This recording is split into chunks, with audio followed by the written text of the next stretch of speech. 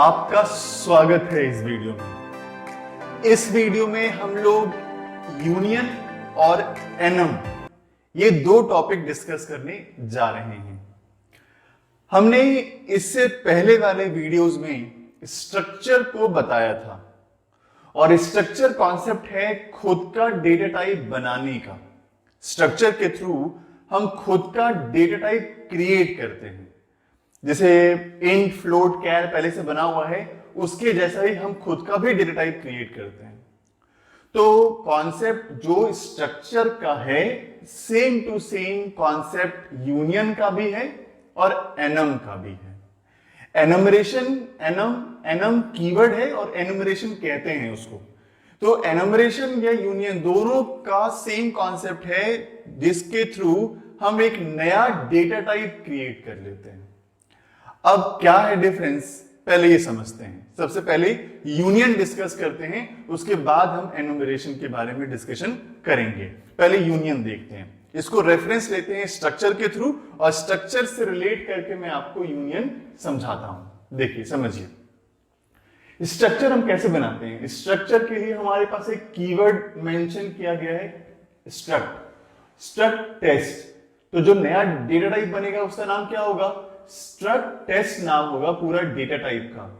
और उस struct test के अंदर कौन कौन से वैल्यू रख सकते हैं, एक इंटीजर वैल्यू रख सकते हैं और एक फ्लोट वैल्यू रख सकते हैं। तो हमने उसके कर्ली ब्रेसेस के डेफिनेशन जब डिफाइन किया हमने, तो हमने डिफाइन कर दिया कि उसके अंदर एक ए है जो इंटीजर टाइप का है और एक बी है जो फ्लोट टाइप का है। लेकिन ये तो सिर्फ डेटा टाइप बना है, यहां से यहां तक सिर्फ डेटा टाइप बना है। अभी ये फिजिकल रैम के अंदर कोई, मेमोरी के अंदर कोई स्पेस क्रिएट नहीं ले रहा होगा। वो स्पेस क्रिएट करेगा, एलोकेट होगा कब, जब हम ऑब्जेक्ट बनाएंगे तब। और हमने प्रीवियस वाले वीडियो में बता रखा है कि हम ऑब्जेक्ट यहां पे भी बना सकते हैं। ये स्पेस दो चीजों के लिए यूज हो सकता है। इसका नाम रखने के लिए टाइप डेफ अगर हम यहां लगा दें तो इसको रीनेम कर सकते हैं यहाँ पे। और दूसरा एक और मैंने कॉन्सेप्ट बताया था कि यहाँ पे हम ऑब्जेक्ट भी बना सकते हैं। तो यहाँ पे हमने ऑब्जेक्ट बनाया है। अब ये जो टी है इसके अंदर में एक ए बनेगा और एक बी बनेगा। ए में हम इंटीजर रखेंगे और बी में फ्लोट रखेंगे। तो ऐसा हमने पढ़ा था स्ट्रक्चर में। सेम टू सेम हमने बनाया है यूनियन, लेकिन ये भी डेटा टाइप ही बना रहा है, लेकिन कॉन्सेप्ट थोड़ा अलग है। अब क्या है अलग, ये देखिए। यूनियन लिख करके यूनियन टाइप का डेटा टाइप बना रहे हैं, लेकिन डेटा टाइप का नाम क्या है, यूनियन टेस्ट। और इसका ऑब्जेक्ट हमने यहां पे बनाया है और हमने इसका ऑब्जेक्ट क्या रखा है, T2। तो अब इसके लिए मेमोरी लोकेट होगा, किसके लिए होगा, T2 के लिए मेमोरी लोकेट होगा। लेकिन अब वहां पे और यहां पे डिफरेंस ये है कि ये या तो A के लिए या तो B के लिए, दोनों में से जो ग्रेटर होगा, ग्रेटर साइज का जो भी होगा उसी साइज का ही मेमोरी लोकेट करेगा। जैसे फॉर एग्जांपल अगर 32 बिट के कंपाइलर की बात करें तो ये भी 4 बाइट, ये भी 4 बाइट, तो टोटल होना चाहिए था 8। जैसे इसमें बन भी रहा है, ये भी 4 बाइट, ये भी 4 बाइट, तो ये 4 बाइट ले रहा है, ये 4 बाइट ले रहा है, तो टोटल कितना हो गया 8। तो ये जो T1 है ना वो 8 बाइट का होगा, ये मेमोरी में 8 बाइट कंज्यूम करेगा। लेकिन जो T2 है ये 8 नहीं, ये 4 बाइट मेमोरी में एलोकेट करेगा। अगर यहाँ पे कैर लिखा होता, कैर ए, तो भी ये 4 बाइट लेता, क्योंकि इसमें से जो भी डेटा मेंबर में से जो भी ग्रेटर साइज का होगा, ग्रेटेस्ट साइज का जो भी होगा उसी साइज के लिए ही मेमोरी लोकेशन होना है। तो इसमें 8 बाइट का मेमोरी लोकेट हो रहा है और इसमें 4 बाइट का। इसमें एट ए टाइम दोनों वैल्यू रख सकते हैं। देखिए कैसे, तो मैं अगर यहां पे लिखना चाहूं ना T1.A = 7, तो इसमें वैल्यू क्या आ जाना है, 7। अगर मैं लिखना चाहूं यहाँ पे T2.B = 20.5, तो यहाँ पे 20.5 स्टोर हो जाएगा। लेकिन इसमें एक ही वैल्यू के लिए स्पेस है ही, तो वैल्यू भी कितना हो पाएगा स्टोर, एक ही वैल्यू स्टोर हो पाएगा। तो अगर आप यहाँ पे लिखोगे ना T2.A = 5, तो वो सिर्फ इस पूरी लोकेशन पे क्या स्टोर करेगा, पूरा 5। लेकिन अगर आप यहाँ पे लिखते हो T2.B = 20.5, तो जगह तो एक ही है, तो इसे ये ओवरराइड करके हटा करके क्या लिख देगा, 20.5। ठीक है, तो ये एक ही के लिए मेमोरी लोकेट करता है, किसके लिए, जो सबसे ग्रेटेस्ट साइज का होगा, और ये दोनों के लिए। अगर हम यहाँ पे 4 डेटा मेंबर बनाएंगे तो चारों के लिए अलग अलग मेमोरी स्पेस एलोकेट होना है। तो ये कंबाइन करता है और ये ग्रेटेस्ट करता है। ये सारे के सारे वैल्यूज को स्टोर कर सकता है एट ए टाइम, लेकिन ये किसी एक ही वैल्यू को स्टोर करेगा, सबको स्टोर ये कर नहीं पाएगा। लेकिन दोनों में सिमिलैरिटी क्या है? दोनों में सिमिलैरिटी ये है कि ये भी एक ऐसा डेटा टाइप का ऑब्जेक्ट है जिसमें कि हम इंटीजर भी रख सकते हैं, फ्लोट भी रख सकते हैं। ये भी एक ऐसा डेटा टाइप का कोई ऑब्जेक्ट है जिसमें हम इंटीजर भी रख सकते हैं, फ्लोट भी रख सकते हैं। लेकिन डिफरेंस क्या है कि वो दोनों रख सकता है और ये सिर्फ कोई एक ही रख सकता है।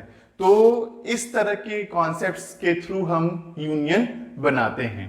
तो ये कॉन्सेप्ट यूनियन का है, बेसिक डिफरेंस यही है जो मैंने आपको समझाया है। तो खैर इसका बहुत ज्यादा यूज ज्यादा है नहीं, लेकिन क्वेश्चन इंपॉर्टेंट है, पूछने वाले लोग पूछते बहुत है कि यूनियन क्या है, लेकिन बहुत ज्यादा इसका यूज नहीं है। और यही कारण है कि जावा में या फिर बहुत सारे लैंग्वेजेस में ऐसे कॉन्सेप्ट्स नहीं है। स्ट्रक्चर वाले कॉन्सेप्ट्स तो बहुत मिल जाएंगे आपको, लेकिन यूनियन वाले कॉन्सेप्ट बहुत कम मिलेंगे। बहुत कम ऐसे लैंग्वेजेस होते हैं जिसमें कि ये सब सारे कॉन्सेप्ट्स मिलते हैं, लेकिन सी में है तो ये जानना बहुत जरूरी है। तो ये मैंने आपको बता दिया। तो अब हम लोग समझते हैं एनम क्या होता है। एनुमरेशन समझते हैं पहले। हम लोग अभी तक जो डेटा टाइप बना रहे थे स्ट्रक्चर के थ्रू या यूनियन के थ्रू, उसमें हम लोग टाइप डिसाइड कर रहे थे, वैल्यू डिसाइड नहीं कर रहे थे। मैं कहना क्या चाह रहा हूं मैं क्लियर करता हूं उस एग्जांपल के साथ। मैंने एक स्ट्रक्चर बनाया है, किस नाम का? स्टूडेंट के नाम का, और उसके अंदर हमने नेम रखा है, रोल नंबर रखा है और परसेंटेज रखा है। लेकिन ये तो अभी मेमोरी में, फिजिकल मेमोरी में, रैम के अंदर कहीं कोई स्पेस क्रिएट होने वाला इसका नहीं है। अब क्रिएट होगा कैसे? अगर मैंने लिखा स्ट्रक्ट स्टूडेंट और अब मैंने लिखा एस, तो ये एस क्या है? ये ऑब्जेक्ट है। ये ऑब्जेक्ट किस टाइप का है? तो स्टूडेंट टाइप का है। अब स्टूडेंट टाइप का अगर है तो कौन कौन से वैल्यू रख सकता है? नेम रख सकता है, रोल नंबर रख सकता है, परसेंटेज रख सकता है। कैसे रखेगा? S dot name. तो वो ये बता रहा है कि आप एक स्ट्रिंग रख सकते हो, यहां पे आप एक इंटीजर रख सकते हो, यहां पे आप यहां पे एक फ्लोट वैल्यू रख सकते हो। ये टाइप बता रहा है कि आप स्ट्रिंग रख सकते हो, फ्लोट रख सकते हो, इंटीजर रख सकते हो, लेकिन वैल्यू यहां पे एबीसी लिखूं, ए लिखूं कि बी लिखूं, सी लिखूं कि डी एफ जी लिखूं, यहाँ पे 1 लिखूं कि 2 की 3 4, मैं यहाँ पे कुछ भी लिख सकता हूं। ये वैल्यू कुछ भी हो सकता है। वैल्यू नहीं बता रहा है ये स्ट्रक्चर। ये स्ट्रक्चर बताता है कि किस किस टाइप के वैल्यू को रख सकते हैं आप स्ट्रिंग रख सकते हो, ये बता रहा है, फ्लोट रख सकते हो, इंटीजर रख सकते हो, ये बता रहा है, लेकिन वैल्यू क्या होगा ये नहीं बता रहा है। लेकिन एनम के थ्रू हम एक ऐसा डेटा टाइप क्रिएट करते हैं जिसमें कि वैल्यू भी हम खुद ही बताते हैं। जैसे कि मान लीजिए कि संडे, मंडे, ट्यूसडे क्या वैल्यू है? सी प्रोग्रामिंग समझता है मंडे, संडे नहीं समझता है, लेकिन हम उसे समझा सकते हैं। हम वैल्यू बना सकते हैं संडे, मंडे, ट्यूसडे को। कैसे? मान लीजिए कि हमने एक डेटा टाइप बनाया डेज नाम का, उसमें मैं वैल्यू रख सकता हूं, संडे है आज, हॉलीडे है, मैं ऐसा रख सकता हूं। लेकिन ये है एक्चुअली में क्या? जो राइट हैंड साइड जाता है वो क्या होता है? Value, constant. तो ऐसा कोई वैल्यू नहीं है, लेकिन हम वैल्यू क्रिएट कर सकते हैं। अगर हम मान लीजिए मंथ नाम का डेटा टाइप बना दें, जैसे यहां पे क्या लिखेंगे, यहां पे D is equals to, sorry, तो days D is equals to Sunday, month M is equals to January. तो मैं इस तरह के चीजों को लिख सकता हूं। मैं डेटा टाइप बना सकता हूं मंथ नाम का, डेट डेज नाम का, और वैल्यू जो मैं चाहूंगा वो डिफाइन कर सकता हूं, जैसे मैंने किया भी है। अब गेम में या तो एक बार खेलना स्टार्ट किया, पहली बार में ही जीत गया, या तो हो सकता है कि वो पहली बार में ही हार गया, या तो हो सकता है क्या कि वो नहीं जीता, नहीं हारा है और उसको एक और चांस मिला है चलने के लिए। अब गेम कौन सा है? जैसे कि फॉर एग्जांपल मान लीजिए कि डाइस समझते हैं हम लोग, लूडो खेलने के लिए डाइस रोल करते हैं।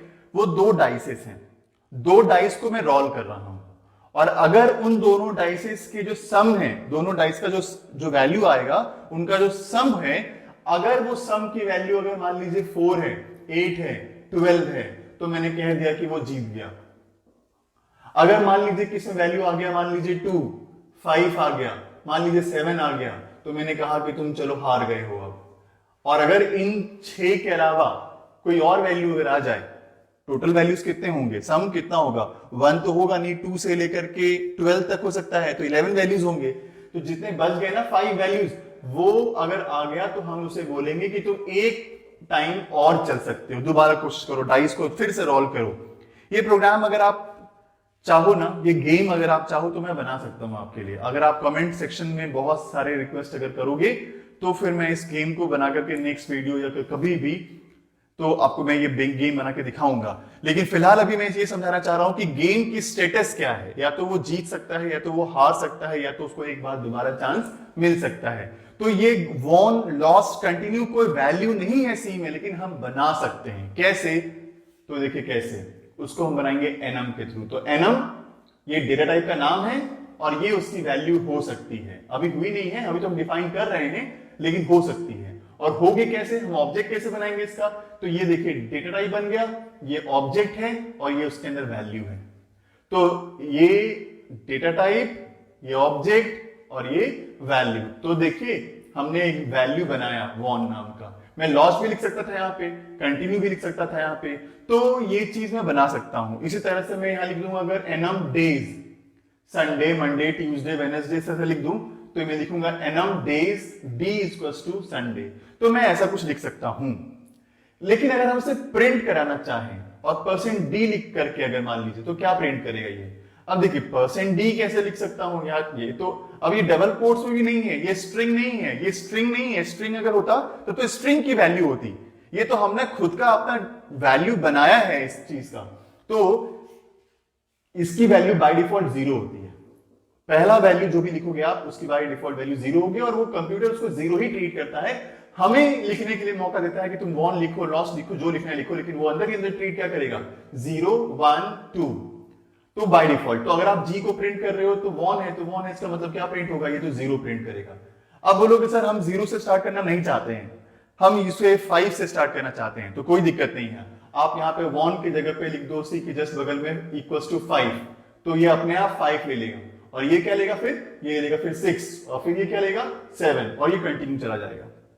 आप अगर चाहते हो कि सब में अलग अलग वैल्यू रखना, तो रख दो यहाँ पे 11, यहाँ रख दो 12, तो फिर जो यहां लिखोगे वही वैल्यू प्रिंट होगा जब परसेंट डी लिखोगे तब। तो इस तरह से हम यूज कर सकते हैं, स्विच केस में यूज कर सकते हैं। मान लीजिए टाइम टेबल बनाना हो हमें, तो टाइम टेबल में लिखेंगे case Sunday, case Monday, case Tuesday, और इस तरह के हम वहां पे वैल्यू को यूज करके हम अपने पूरा टाइम टेबल डिफाइन कर सकते हैं, कहीं दिक्कत नहीं होगी। तो ये इसका यूज है एनम का। मैं एक प्रोग्राम बना करके आपको एक प्रोग्राम रन करा करके दिखा देता हूं कि कैसे, और समझने में आपको और इजी हो जाएगा।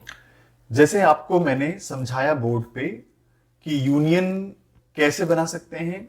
यूनियन देखिए हम ऑब्जेक्ट यहां पे बना सकते हैं, जो मैंने बोर्ड पे समझाया वो यहां पे बनाया हुआ है, और हम यहां पे भी चाहें तो बना सकते हैं। तो ये डेटा टाइप का नाम हो गया और ये ऑब्जेक्ट है, और हम डेटा टाइप बनाते कैसे हैं? तो ये लिख करके। तो यूनियन भी कॉन्सेप्ट है किस चीज का? डेटा टाइप बनाने का।